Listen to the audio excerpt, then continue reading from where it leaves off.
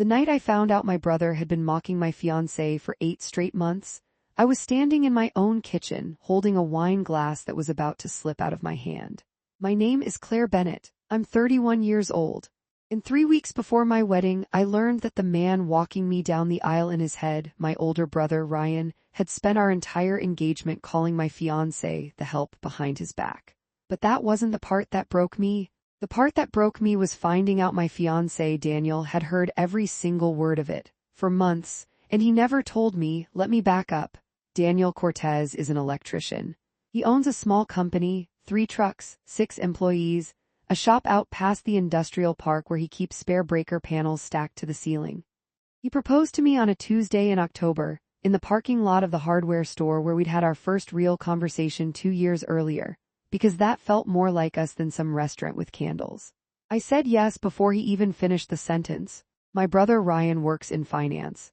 He manages investment portfolios for a boutique firm in the city, wears cufflinks to birthday parties, and has never once in 34 years referred to blue-collar work as anything other than a backup plan. When I told my family Daniel and I were engaged, Ryan hugged me, told me congratulations, and asked with a completely straight face whether Daniel had thought about going back to school. I laughed it off. That's Ryan, little jabs wrapped in concern. I had no idea how deep it went. Here's the moment everything cracked open, and I want you to really picture it because I've replayed it in my head 1,000 times since. It was a Thursday. Daniel and I had just finished a 14-hour day, him rewiring a restaurant kitchen out in Millbrook, me finishing a deadline for the marketing firm I work at. We were eating cold pad thai out of the container on our couch, half watching a home renovation show, and Daniel had his phone in his lap.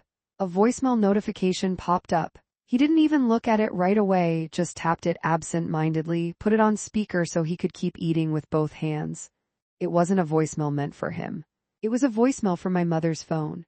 But we'd later figure out she'd accidentally called Daniel while she was in the middle of a phone call with Ryan, and her phone had somehow patched through a second line, recording 40 full minutes of their conversation. And then, when the call finally dropped, auto-sending it as a voicemail to the last number in her recent calls, which happened to be Daniel because she'd texted him earlier that day about a plumber referral. 40 minutes. My brother's voice clear as day saying things like, I give it 2 years before she realizes she married her contractor, and does he own a single shirt that doesn't have a company logo on it? And the one that still makes my stomach drop. Dad would be rolling in his grave, she could have had anyone. Daniel didn't say a word, he just sat there. I watched the color drain out of his face and I thought genuinely for a second that something had happened to someone. That's how still he went. He didn't play it for me that night, he didn't play it for me the next night either. I only found out because 3 weeks later, at my own engagement dinner, I saw Ryan and Daniel step outside onto the restaurant patio. And through the window, I watched my brother's face go white. And I watched my fiancé, a man I have never once seen, raise his voice, speak to him in a tone I didn't recognize. That's when I knew something had been happening behind my back for a very long time. And that's when I decided I was going to find out exactly how far it went. Quick question before we keep going, where are you watching this from tonight? Drop it in the comments. I always love seeing how far these stories travel. Because what I found over the next 4 months wasn't just a brother who said some cruel things about my fiancé at a dinner table. It was a financial mess involving my late father's trust, a signature that wasn't mine, and a version of my brother I never let myself imagine existed. Let me tell you about my father first, because none of this makes sense without him. Robert Bennett died 6 years ago, a heart attack in his sleep, no warning, no goodbye. He left behind a modest but meaningful trust split between Ryan and me. $340,000 total, managed by a family friend and a state attorney named Alan Whitfield. The terms were simple. The money would sit invested until certain milestones, home purchase, marriage, or age 35, whichever came first, and then be released in full to each of us. Ryan turned 35 2 years ago. His portion should have been released already. I didn't think much about that fact until much later. At the time, all I knew was that my father had loved both of us fiercely, if a little unevenly. Ryan was the responsible one, the one Dad bragged about at holidays, the one with the finance degree and the corner office. I was the creative one, which in our family was a polite way of saying the one we worry about a little. When Daniel came into my life, my mother liked him immediately. She said he reminded her of my father, steady, unpretentious, good with his hands. Ryan never said anything overtly hostile to my face, just small comments. The kind you could laugh off if you wanted to. I wanted to. So back to that patio the night of my engagement dinner. I didn't hear what was said, but I saw enough. Daniel's jaw tight, Ryan's arms crossed defensively, both of them going quiet the second they noticed me at the window. When Daniel came back inside, he squeezed my hand and said everything was fine, just guy stuff about wedding logistics. I let it go. That's the part I'm not proud of. I let it go because it was easier than pulling a thread I suspected led somewhere I didn't want to go. It took my best friend, Priya, to actually pull it. Priya and I have been friends since college, and she runs in the same social circles as Ryan's wife, Melissa, through a mutual gym. 2 weeks after the engagement dinner, Priya called me sounding strange, clipped, careful, the way she gets when she's about to tell me something she doesn't want to tell me. "I need you to not freak out," she said. Which is, of course, the exact sentence that makes a person freak out. She told me she'd been at a birthday party for Melissa's sister the weekend before. Ryan had a few drinks. And at some point, in a group of people that included 2 of Melissa's cousins Priya didn't know well, Ryan had done an impression of Daniel. Pretending to talk with a wrench in his hand, using an exaggerated accent Daniel doesn't even have, saying something like, "Well, ma'am, looks like your circuit breaker's fried, that'll be $400 and a home-cooked meal," while the group laughed. Priya said she didn't laugh. She said she left the party early, and it took her 2 weeks to work up the nerve to tell me, because she didn't want to be the reason my family blew up 3 weeks before my wedding. I sat with that for a long time after we hung up. One impression at a birthday party, as ugly as it was, I could have written off as Ryan being drunk and stupid. People say cruel things when they're showing off for an audience. I wanted to believe that's all it was. But it didn't match the man I'd watched go pale on my couch, holding a phone with 40 minutes of recorded voicemail on it. It didn't match the tightness in Daniel's jaw on that patio. And it didn't match something else Priya mentioned almost as an afterthought, that Melissa's cousin had said, "Oh, is this the same brother-in-law from the group chat?" A group chat? I didn't even know Ryan had a group chat about my wedding. I asked Priya to slow down and tell me exactly what she remembered. She said the cousin, a woman named Bethany, who she barely knew before that night, had mentioned it almost casually, the way you'd mention a fantasy football league. "Oh, is this the same brother-in-law from the group chat? The one who does the wrench voice?" And then Bethany had laughed, and someone else at the table had laughed too, and Priya said she just stood there holding her drink, unsure whether to say something or pretend she hadn't heard it. "I should have said something right then," Priya told me. "I keep thinking about that, I just froze." I told her not to blame herself. I understood freezing. I'd been freezing on some version of this for 2 years. Every time Ryan made a comment I let slide because confronting it felt harder than absorbing it. That night after Priya and I hung up, I sat on the edge of my bed for a long time, running my thumb along the edge of my phone case, trying to decide what to do with what I now knew. Part of me wanted to call Ryan directly and just ask him outright, "Is there a group chat? Is this real? Tell me the truth." But some instinct held me back. I think I already suspected that if I gave Ryan any warning at all, whatever existed in that chat would be edited, deleted, or explained away before I ever got to see it honestly. If I wanted the truth, I needed to get to it before anyone knew I was looking. That instinct turned out to be exactly right. I want to be honest about something. I almost didn't ask Daniel to show me the voicemail. Part of me, a large part, was afraid of what I'd hear. Not because I doubted Daniel's account of it, but because once you hear something, you can't unhear it. Once I knew exactly what my brother said in his own voice, I would have to decide what to do about it. And doing something about it meant blowing up a family that had already lost my father 3 weeks before I was supposed to marry the person I loved. But I also couldn't stop thinking about that group chat comment. So one night, after Daniel had gone quiet again over dinner, he'd been doing that a lot, these long silences where I could tell he was somewhere else. I put my fork down and asked him directly, "What did Ryan say to you? On the patio, at the dinner?" Daniel didn't answer right away. He looked at me for a long moment like he was trying to decide something, and then he got up, went to the junk drawer in our kitchen where he keeps an old phone he doesn't use anymore, and came back with it in his hand. "I need you to know I wasn't hiding this to protect him," he said. I was hiding it because I didn't know how to tell you without it costing you your brother, and I know what your dad's death did to you. I didn't want to be the reason you lost anyone else. Then he played the voicemail. I'm not going to sit here and repeat every word of those 40 minutes because honestly, some of it doesn't deserve repeating. But I'll tell you the parts that mattered. My mother on the recording wasn't defending Daniel. She wasn't agreeing with Ryan either, not exactly, but she wasn't stopping him. At one point she said, I just want Claire to be happy, and Ryan said, happy isn't the same as smart, Mom. She's 20 years from working retirement and he doesn't even have a 401,000. Later, and this is the part that made my stomach turn, Ryan said something about the timing. He said, once she's married, that's it. The trust language kicks in and I lose any say in what happens with her half. My mother asked what he meant and he brushed past it fast, said something like, nothing, forget it. It's not important. I paused the recording right there and looked at Daniel. Did you understand what that meant? I asked.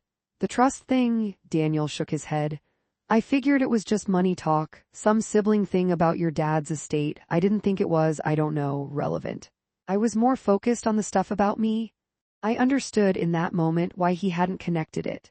Daniel doesn't know the details of my father's trust the way I do. I'd mentioned it to him in passing once, months ago, as background, nothing more. But I knew exactly what trust language meant. And I knew that Ryan, who was supposed to have received his portion of that trust 2 years ago when he turned 35, had never once mentioned that he had. I remember sitting there with my wine getting warm on the counter, doing math I didn't want to be doing. If Ryan hadn't received his portion of the trust, why not? And what did my marriage have to do with releasing mine? That night I didn't sleep. I lay in bed replaying every offhand comment Ryan had made over the past year, every joke about Daniel's job, every concern about our finances, every time he'd asked, a little too casually, whether Daniel and I had signed a prenup. I'd assumed all of it was snobbery, ordinary, garden variety, older brother snobbery. I was about to find out it was something much more calculated. The next morning, I called Alan Whitfield. Alan had been my father's estate attorney for over 20 years, and he'd managed the trust since Dad passed. He's in his early 60s, precise in the way people who work with wills and probate tend to be, and he'd always been kind to me, sent a card every year on the anniversary of Dad's death, remembered my birthday, the works. I asked him a simple question: had Ryan's portion of the trust ever been distributed? There was a pause on the line, a pause that told me more than words would have. Claire, he said carefully, I think this is a conversation we should have in person. I drove to his office that same afternoon, my hands shaking on the steering wheel the entire way. Daniel offered to come with me.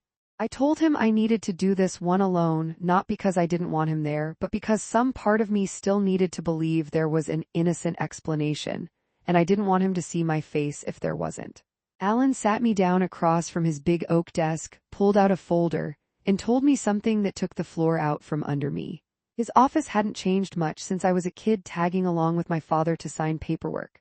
The same heavy law books lining one wall, the same framed photo of him shaking hands with a judge at some bar association dinner 20 years ago, the same brass lamp with the green glass shade that used to fascinate me when I was 8 and bored out of my mind waiting for the grown-ups to finish talking.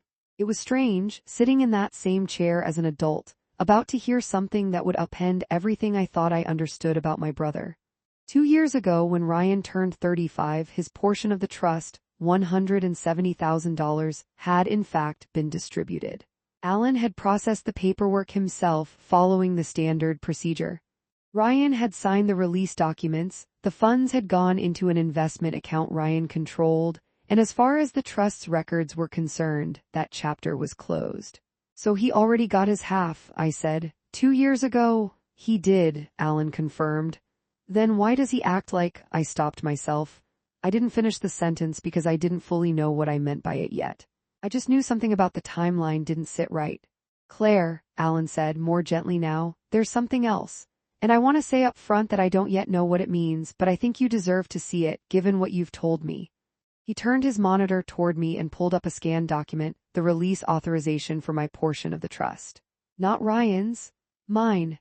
A document that, under the terms of my father's will, was only supposed to be activated upon my marriage, and only with my own signature and Alan's countersignature.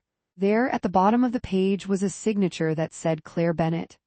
I stared at it for a long time. It wasn't my signature. It was close enough that at a glance in a stack of paperwork, a busy notary or a distracted clerk might not look twice. But I've signed my name thousands of times in my life, and I know exactly how my C curves, exactly where my B dips low on the second loop. This wasn't that. This was someone's careful, practiced attempt at my handwriting. When was this submitted? I asked, my voice not quite steady. Alan checked the date stamp. 6 weeks ago, he said. It was flagged for a secondary review because the marriage hasn't technically been finalized yet. You're not married until the ceremony, so our office held it pending your actual wedding date. It hasn't been processed. Whoever submitted this was trying to get ahead of the paperwork. 6 weeks ago.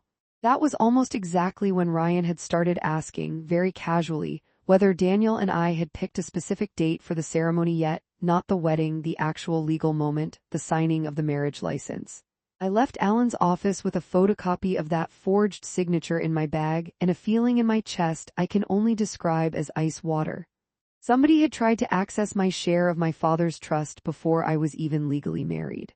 And the only person who had access to enough of my personal information to attempt a forgery like that, my social security number, a sample of my handwriting, my father's attorney's contact information, was somebody already deeply embedded in my family's finances. I had a pretty good guess who that was, but guessing wasn't proof. And I needed proof because I already knew that if I confronted Ryan with nothing but a hunch, he would talk his way out of it in about 4 sentences. He always had. I decided, right there in the parking lot of Alan's office, that I wasn't going to confront my brother yet. I was going to build a case first. I want to pause here and tell you something about my brother that might help this make more sense, because I don't want you thinking Ryan is some cartoon villain twirling a mustache. He's not. He's a person, and people who do terrible things almost always have reasons that make sense to them, even if those reasons don't excuse anything. Ryan had been struggling for a long time, longer than I knew. 3 years ago, he put a significant chunk of his own savings, separate from the trust, into a real estate development deal a college friend had pitched him. Luxury condos outside the city, pre-construction pricing, the kind of thing that sounds brilliant at a dinner party and turns into a nightmare 18 months later when the developer runs into permitting issues, cost overruns, and eventually bankruptcy. I only learned the scale of it later, but Ryan had lost close to $200,000 in that deal.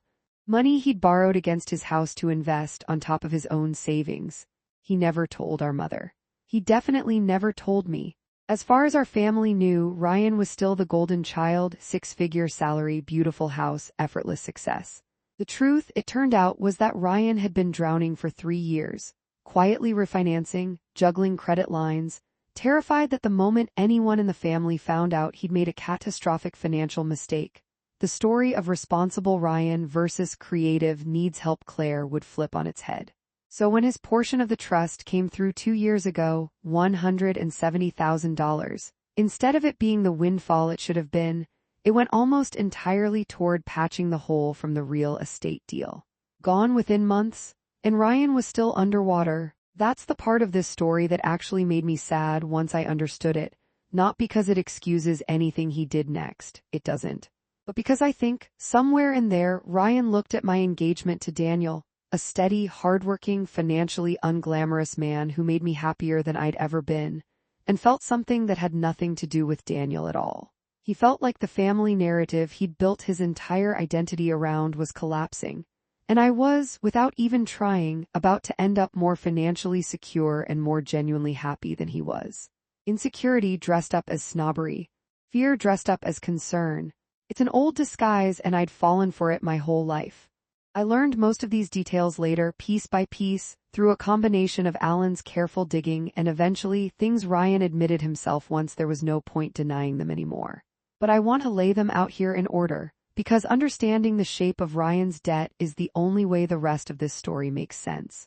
The real estate deal was called Larkspur Row, 18 luxury townhomes on the edge of a reservoir about 40 minutes outside the city. Pitched by a college friend named Grant who'd made a small fortune flipping properties during the pandemic housing boom, and according to Ryan, had never been wrong about anything before. Ryan put in an initial $60,000 of his own savings at the pre-construction stage, expecting a projected return north of 30% within 2 years. When the developer hit permitting delays with the county, Grant came back to early investors asking for a second round of capital to bridge the gap until construction could resume.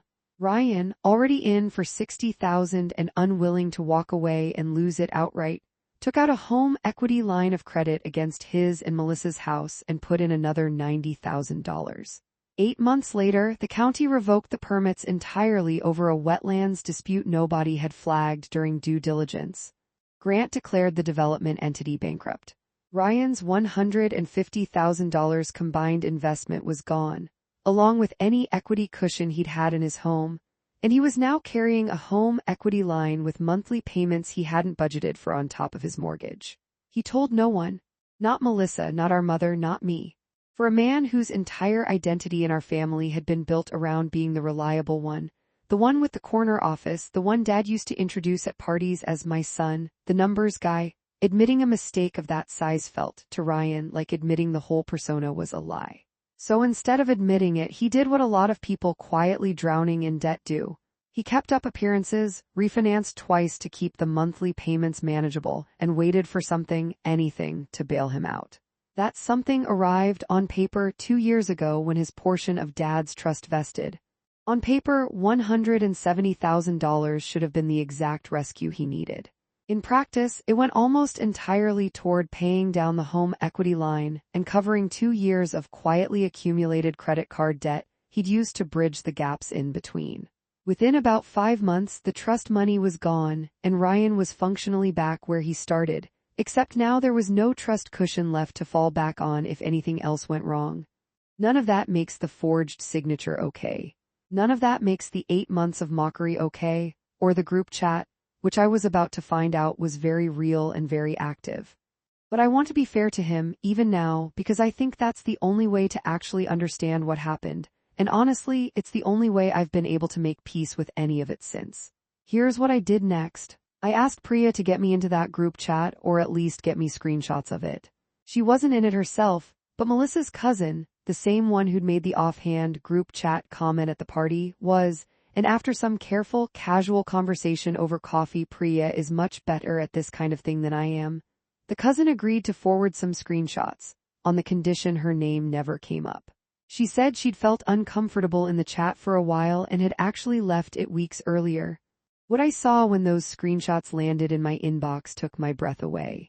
The group chat was called Wedding Watch Eyes, 6 people in it, including Ryan, Melissa, 2 of Ryan's college friends, and 2 cousins on my mother's side. It had been created the week after Daniel proposed. 8 months of messages. I read every single one. Some of it was almost benign on its own, jokes about wedding planning stress, a running bit about whether Daniel would wear a suit or his work boots to the ceremony. But threaded through the humor was something colder. A running theme repeated in a dozen different ways that Daniel wasn't good enough, that I was settling, that the marriage wouldn't last, that Daniel was after something, that I'd wake up eventually. There was a message from one of Ryan's college friends about 3 months in that read, "Not to be that guy, but does she have a prenup lined up?" genuinely asking for her own good. Ryan had responded with a shrugging emoji and, "Working on it. She won't hear it from me though, she gets defensive." That exchange told me something I hadn't fully registered until I read it. Ryan had, at some point, actually tried to bring up a prenup with me directly, in his own indirect way, months earlier, dressed up as one of his usual just looking out for you comments. I remembered brushing it off at the time. I hadn't realized it was connected to an entire ongoing conversation happening without me. Another cousin had posted a photo from a supply store, a stock image of an electrician's tool belt someone had clearly found online, with the caption, "Early wedding registry idea for Claire lol." 6 people had reacted with laughing emojis. Melissa had reacted too, and then, about 2 months in, a message from Ryan that made my hands go cold. "Not gonna lie, once the wedding happens, the trust auto-releases her half and that money's just gone, out of anyone's hands to help manage. Dad should have put a longer vesting period on it, anyway. Not my problem, I guess lol." Melissa had replied, "Could you talk to the lawyer about extending it?" And Ryan, "Already tried, he won't budge without her sign-off, it is what it is." Already tried. That single phrase told me Ryan had gone to Alan, my father's attorney, a man who'd known our family for 2 decades, and attempted to change the terms of my inheritance without my knowledge before I was even married. And when that failed, someone had submitted a forged release document using my signature, timed almost exactly to when the official channel had shut him down. I sat with those screenshots for 2 full days before I told Daniel any of it. I needed to be sure in my own head that I wasn't building a conspiracy out of coincidences. I went back to Alan with the screenshots and asked him one more question. Could he tell from the trust's internal records whether anyone besides me or Ryan had recently requested access to my father's estate file, phone calls, document requests, anything? Alan pulled the log. There it was. 6 weeks before the forged document appeared, someone using Ryan's email had requested a copy of Claire's signature specimen on file for verification purposes, citing wedding planning as the reason. Alan's assistant, not thinking twice, had emailed it over.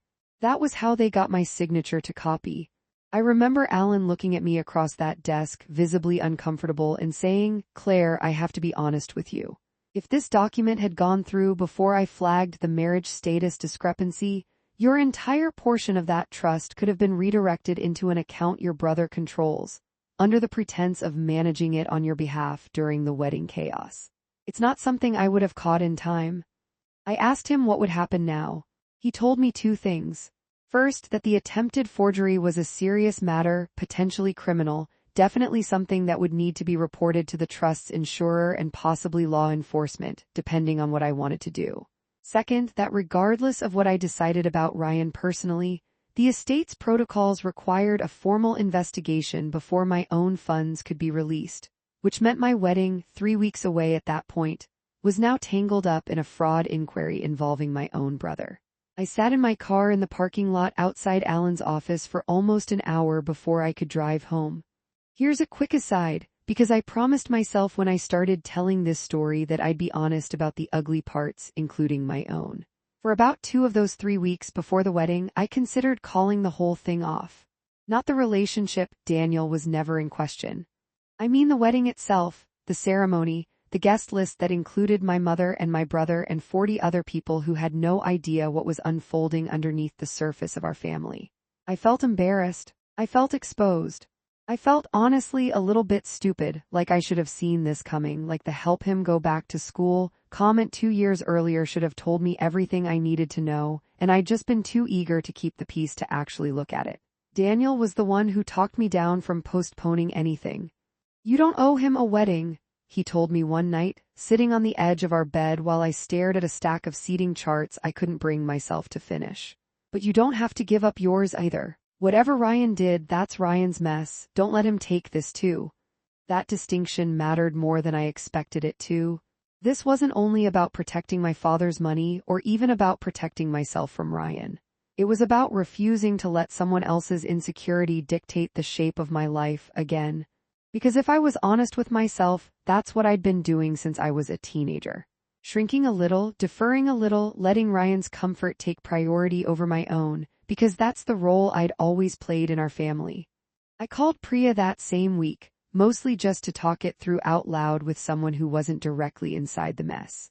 She reminded me of something I'd forgotten, that when we were 19, Ryan had talked me out of studying abroad for a semester, framing it as practical concern about missing internship deadlines, when in reality, I found out years later, he'd been worried our parents would spend more attention and money on my trip than on his upcoming law school applications that year. He'd never gone to law school in the end. But the pattern Priya pointed out had been there for over a decade. Whenever my life seemed like it might outshine his in some way, Ryan found a reason, dressed as concern, to shrink it back down. "You always frame it like these are separate incidents," Priya said. "But it's the same move every time. He's been doing this since college." Hearing it laid out like that as a pattern instead of a series of isolated moments was its own kind of gut punch.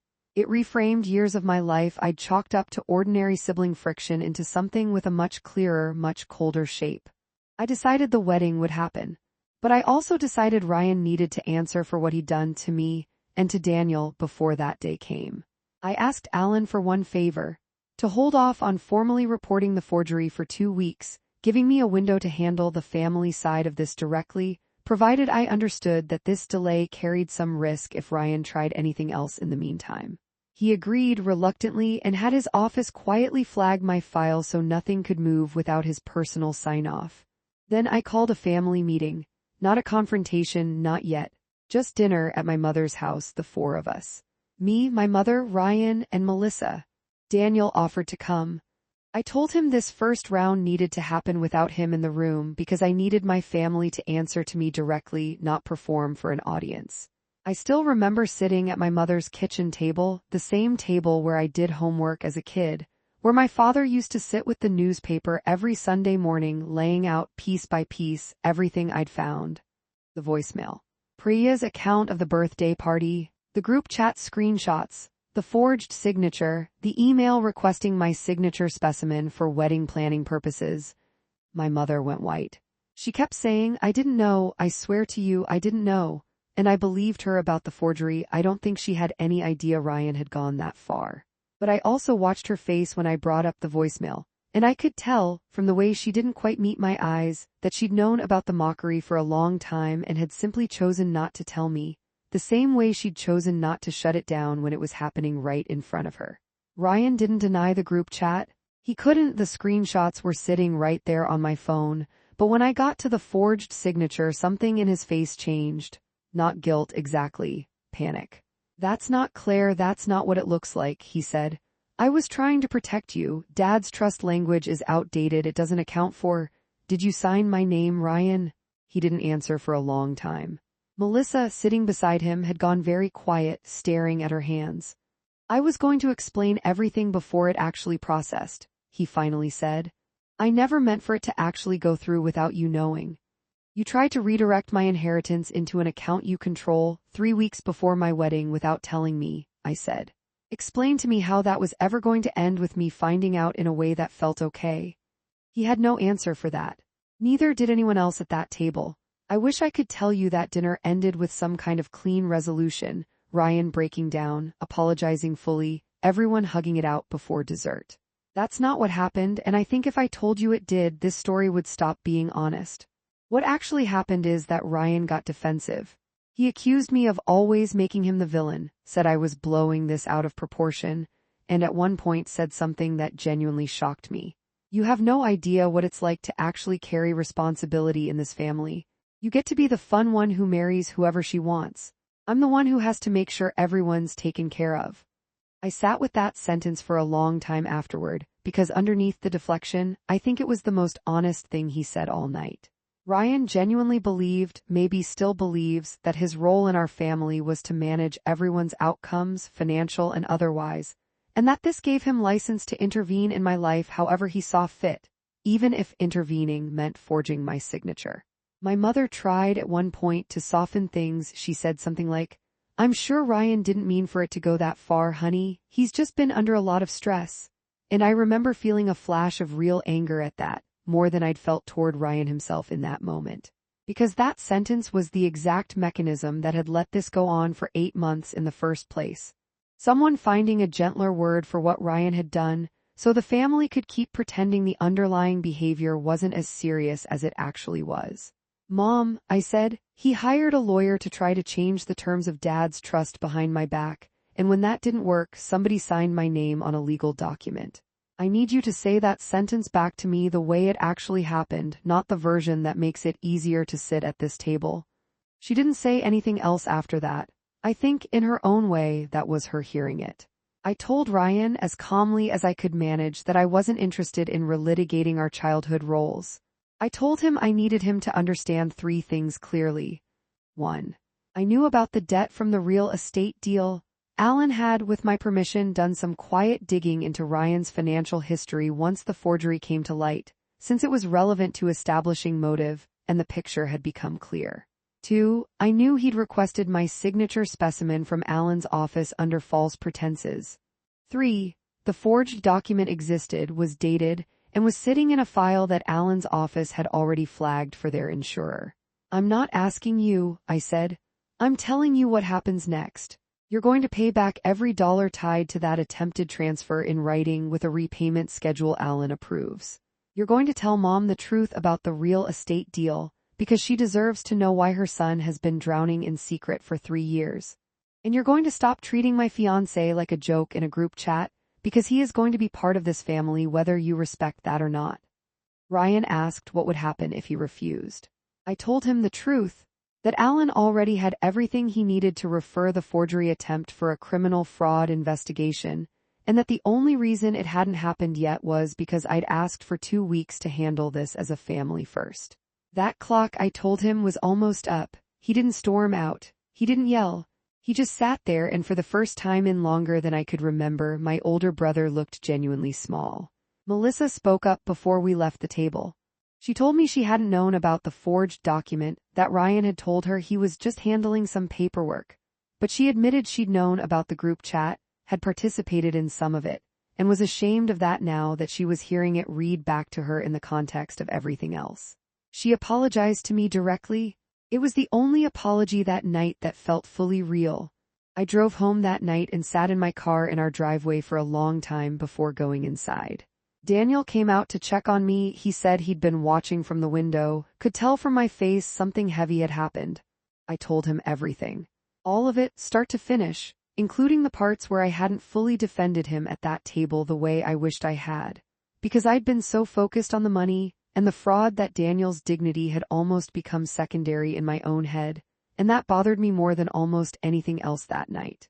He didn't seem hurt by that. He just held me and said, "You were building a case, that's not the same as not caring." I'm not sure I fully believed him that night, but I've come to believe it since. The 2 weeks that followed were some of the hardest of my life, and not because of any single dramatic event. It was the slow, grinding kind of hard, the kind where every day brings one more small, exhausting task and none of it feels like progress. Alan drew up formal repayment terms for Ryan, the attempted transfer amount, plus a penalty the estate's insurer required as a condition of not referring the matter to law enforcement, structured as a 5-year repayment plan secured against Ryan's home equity. Ryan signed it. I want to be clear that he didn't fight it. Once the numbers were in front of him in black and white, once Melissa had heard the full truth about the real estate losses, some of the defensiveness drained out of him. Not all of it, but some. My mother had her own reckoning. She and Ryan had a private conversation I wasn't part of, and afterward she called me in tears, telling me she felt like she'd failed both of her children in different ways. Coddling Ryan's image so much that he'd hidden a financial catastrophe from her for 3 years, and staying quiet about the mockery toward Daniel because she hadn't wanted to start a war 3 weeks before my wedding. She told me that when she'd finally asked Ryan, point blank, how deep the real estate losses actually went, he'd broken down in a way she said she hadn't seen since he was a teenager, not defensive, not managing the story, just genuinely afraid of what she'd think of him. She said it was the first real conversation they'd had in years that wasn't some version of a performance on either side. She apologized to me. She also, separately, called Daniel and apologized to him directly, which I hadn't asked her to do and which meant more to me than almost anything else that happened during that stretch. Daniel told me she'd cried on the phone and said, "I let you become the family's punchline because I was too scared to make my son uncomfortable. That's on me, not you." He said it was the first time in 2 years anyone in my family had apologized to him without qualifying it with some version of, "But you have to understand Ryan's side." Daniel and Ryan never had a big cinematic confrontation, the kind you'd expect in a movie.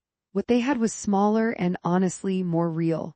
About 10 days before the wedding, Ryan showed up at Daniel's shop unannounced in the middle of a workday and asked if they could talk for 5 minutes.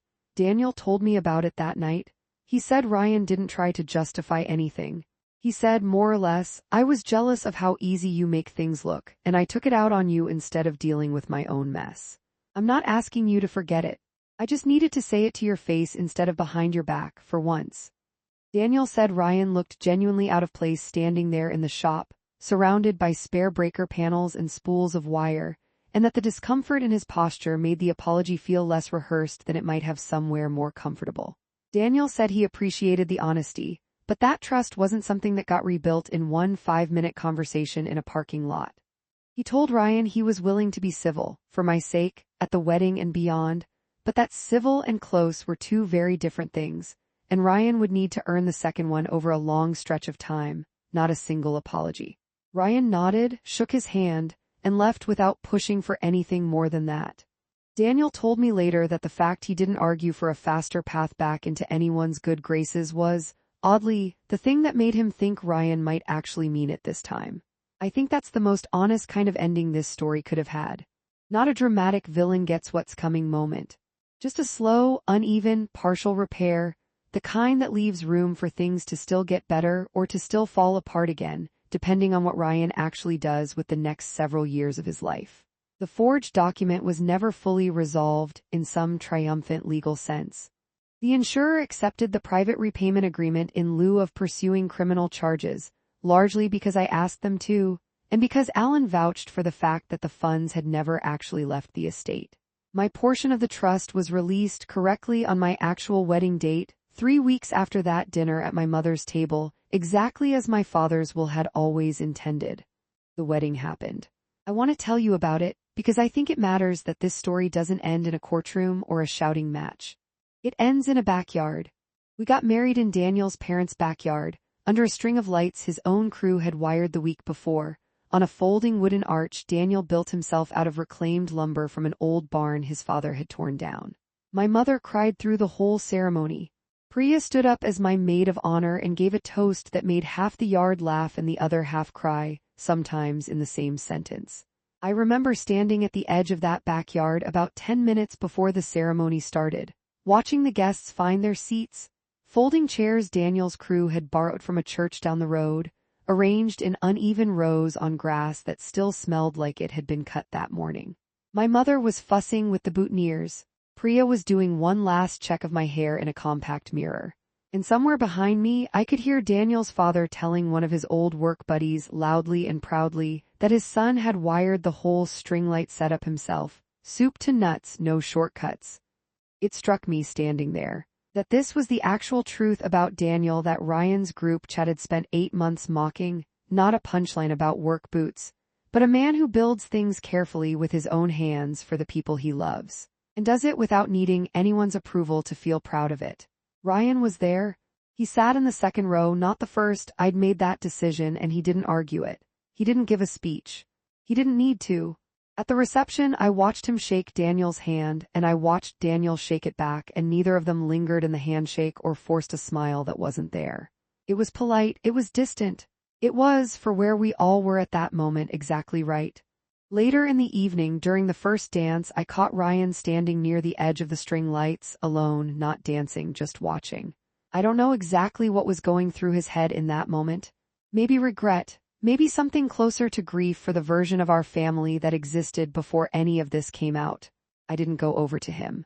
Some moments aren't meant to be softened right away, and I think some part of both of us understood that a hard, quiet distance was more honest than a forced reconciliation on a dance floor.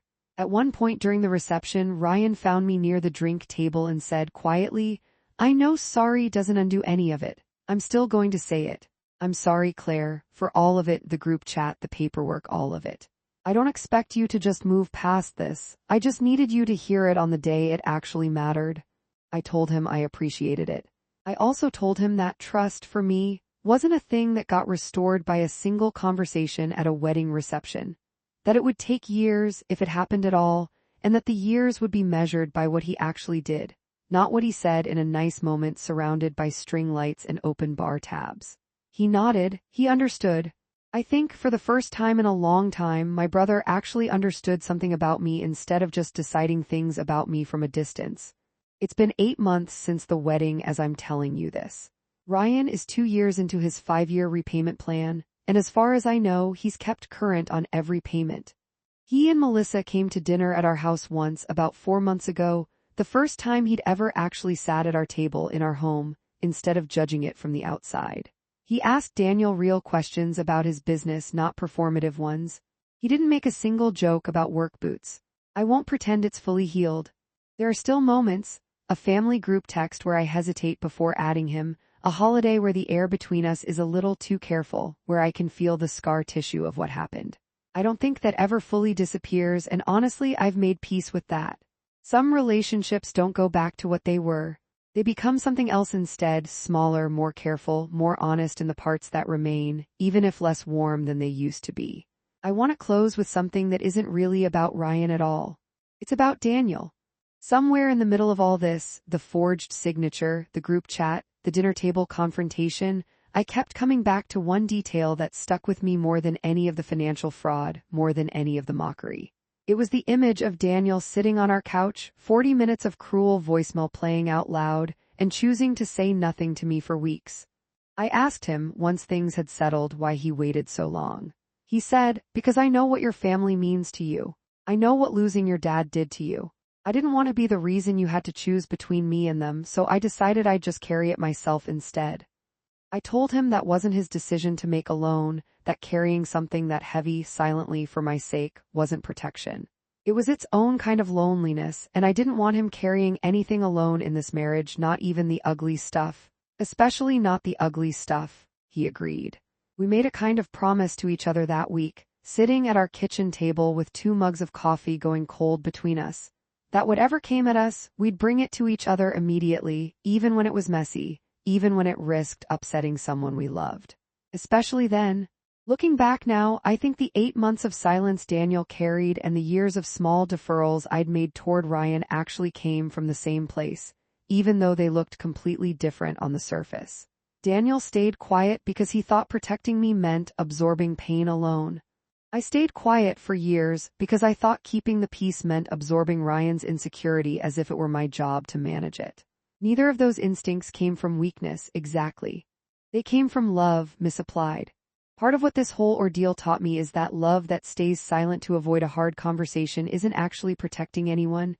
It's just delaying a reckoning that was always going to come, usually at a worse time and a higher cost than if it had come out honestly from the start. I think that's actually the real ending of this story, more than the wedding, more than the repayment plan, more than the second-row seating chart. The real ending is that a man who spent 8 months absorbing quiet cruelty on my behalf, without ever once asking me to fix it for him, married me anyway, not because my family got easier, but because he decided I was worth the difficulty.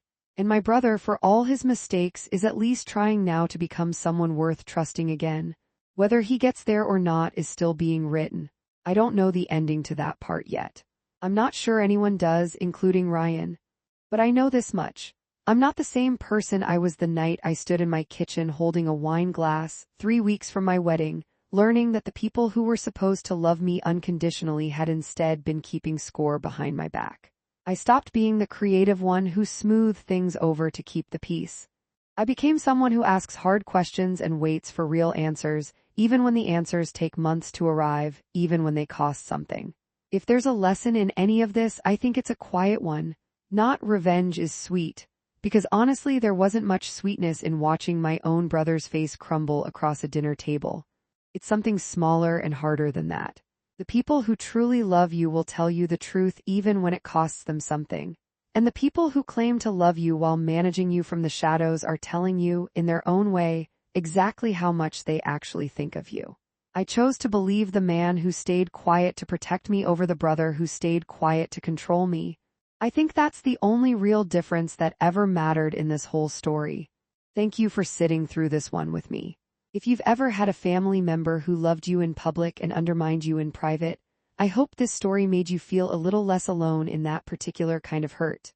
And I hope, wherever you are, you have at least one person in your life who would rather tell you a hard truth than protect a comfortable lie. If this story meant something to you, let me know in the comments. I read every single one and I love hearing which parts hit closest to home. Disclaimer: this story is a work of fiction created for entertainment and reflection. Any resemblance to real people or events is coincidental. The takeaway, though, is real.